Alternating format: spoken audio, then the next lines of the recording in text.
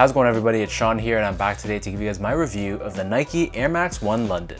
This pair was part of Nike's City Pack, which dropped alongside an Air Max 1 Amsterdam. The release date on this pair was March 20th, and they retailed for a price of $160 US or $215 here in Canada. The official colorway for this shoe is Smoke Gray, Valerian Blue, and Dark Smoke Gray. Both this London pair and the Amsterdam pair were European exclusives. However, because of the way Nike Canada works, I believe we share some of our stock on Nike's website with the European operations. So for those of us in Canada, we were given the opportunity through the Nike Sneakers website, but I took an L for both those pairs, but I managed to luck out on an end clothing raffle, and this pair was shipped over from the UK. So as the nickname of the shoe suggests, this pair was inspired by the city of London. For the most part, this is your classic Air Max 1 construction. If you take a look at the toe box, here we have your traditional mesh done in this gray color, and we have this texturized gray leather wrapping around the front edge of the toe box. On the lateral side, we have this mini swoosh done in blue, and then next to this we have this circular symbol which represents the London Eye.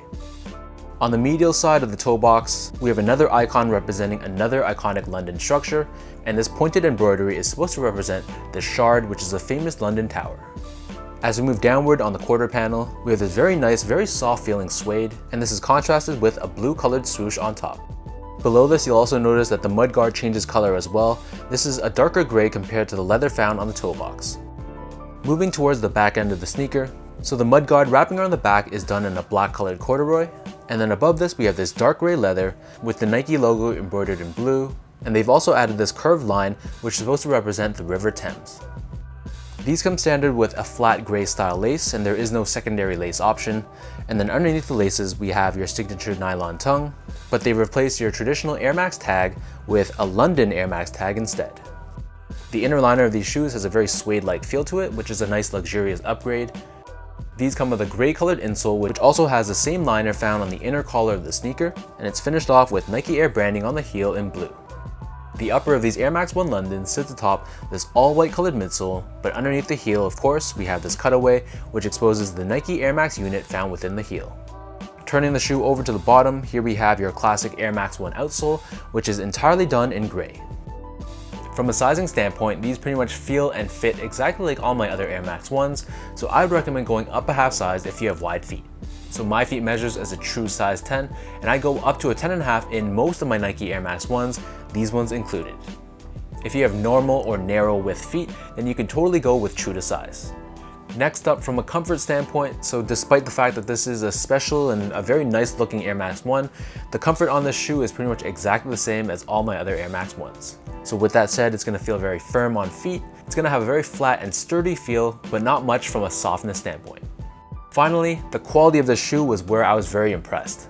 Everything from the materials to the craftsmanship on this pair I was very happy with, and I like how Nike adapted a bunch of different textures and materials, which really shows off the effort gone into this pack.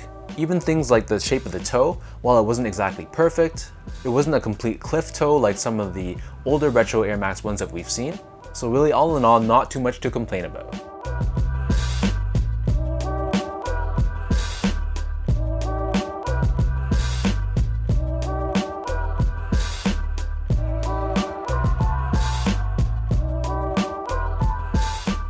With all that being said, now let's lace up these London Air Max 1s and I'll show you guys how these look on feet.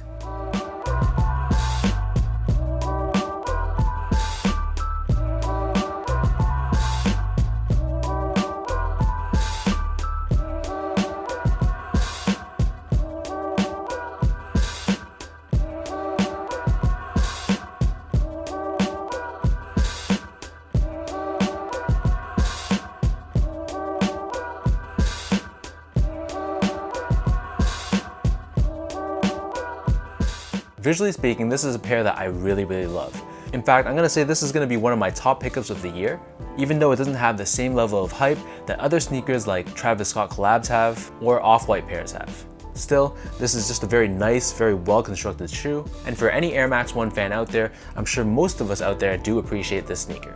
So let me know in the comment section down below what you guys think about this London Air Max 1 and whether you guys prefer this one or the Amsterdam pair between the two. With resale prices being around 400 Canadian for this one and 500 for the Amsterdams, does that sort of play a factor into your decision or not? If you guys like this video, be sure to like, comment, and subscribe. Give me a follow on Instagram at esgo8. Check out my Twitter account at sean.go and visit my website at seango.ca. So until next time, thank you guys so much for tuning in. Hopefully you guys enjoyed watching this video, and I'll catch you guys all in the next one.